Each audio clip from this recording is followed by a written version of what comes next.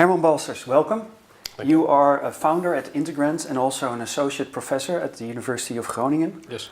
Tell me more about Integrand. Integrand. Well, the whole idea of Integrand is that I have been thinking about the problems concerning processes and how they relate to data and what contracts can do in order to glue the two together for very many years. The last 5-6 years I've been thinking about that. And after a while I thought, this is really important for society and for business to get a better idea of these notions and how they work together. I've been working in academia now for something like almost 30 years. I've done a lot of teaching, I've written a lot of papers, and well, there's not really much of a challenge anymore.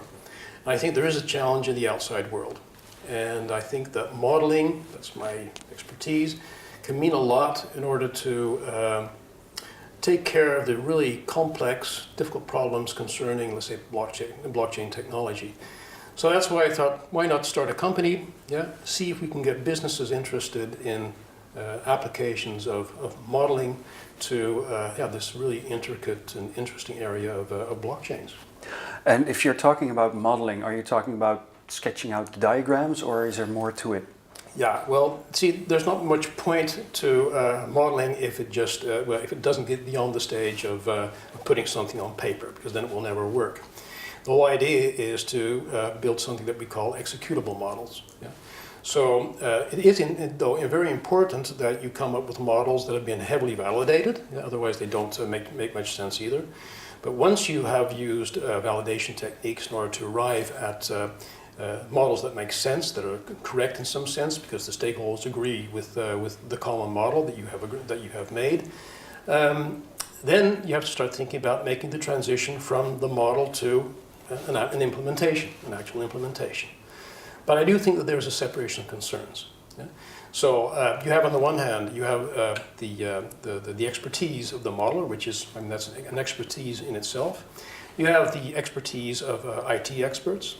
And what I think is interesting is, let's look at it from a modeling perspective. Like I said in my talk, a conceptual model can lead to very many different kinds of architectures, very different kinds of implementations. And then afterwards, talk with other people about how to get to actual implementations.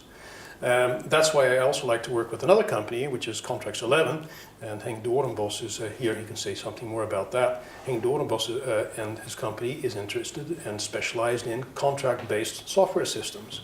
So there's a natural link here where you can get the models concerning blockchains and getting them, hopefully even compiled, but getting them in some form that you could call, well, you know, prototype, implemented. So the modeling could be a basis for how you construct smart contracts, for instance? Yes. I mean, there are companies all over the world that do not build systems. Yeah? All they do is they model systems. Yeah? They try to get the business perspective right. A large company here in Holland, actually it's an international company, is RuleSpeak. Yeah?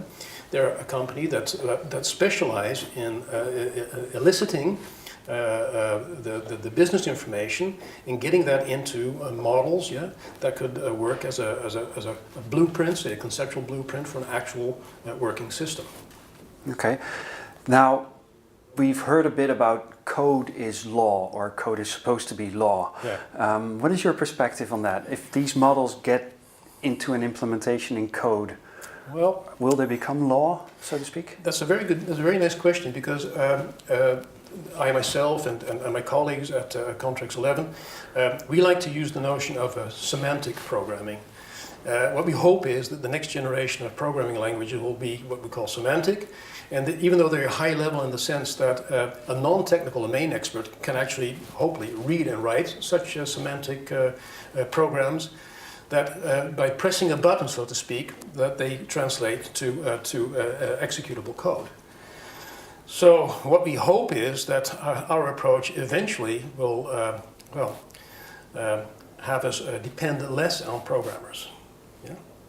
So as long as you are you trust your, let's say, the laws that you write down in your semantic programs, and you trust your compilers, then you can trust the resulting code. Okay.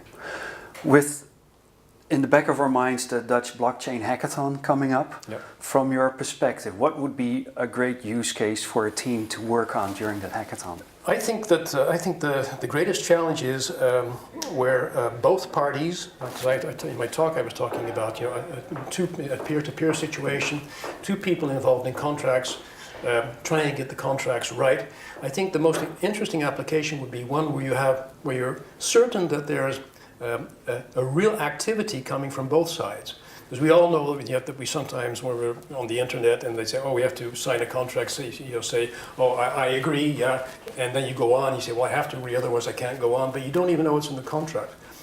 What we want is a situation where two parties actively have to work on making this contract be viable. And I think that, for example, insurance companies, they show that in the case of a breach of contract, what you see is, well, both from the side of the insurance company as from the side of the person who's being insured, they have an active role in this contracting, because if the person who's insured thinks that there's a contract breach or the other way around, then they have to both actively take care of repairing that situation. So I think, like insurance, I think that would be a very good setting. Yeah? But it has to be a setting where both parties are actively involved in maintaining the correctness of the contract. Okay. Suppose all this happens, and it probably will in some form. Where do you see this ecosystem going to in the next 3 to 5 years? What is attainable? Well, I hope that this whole idea of high level programming languages, what we now call models, that they become more and more executable, that we get better and better compiling techniques, and that we can get more and more, and we rely less and less on programmers, and we can rely more and more on getting our thoughts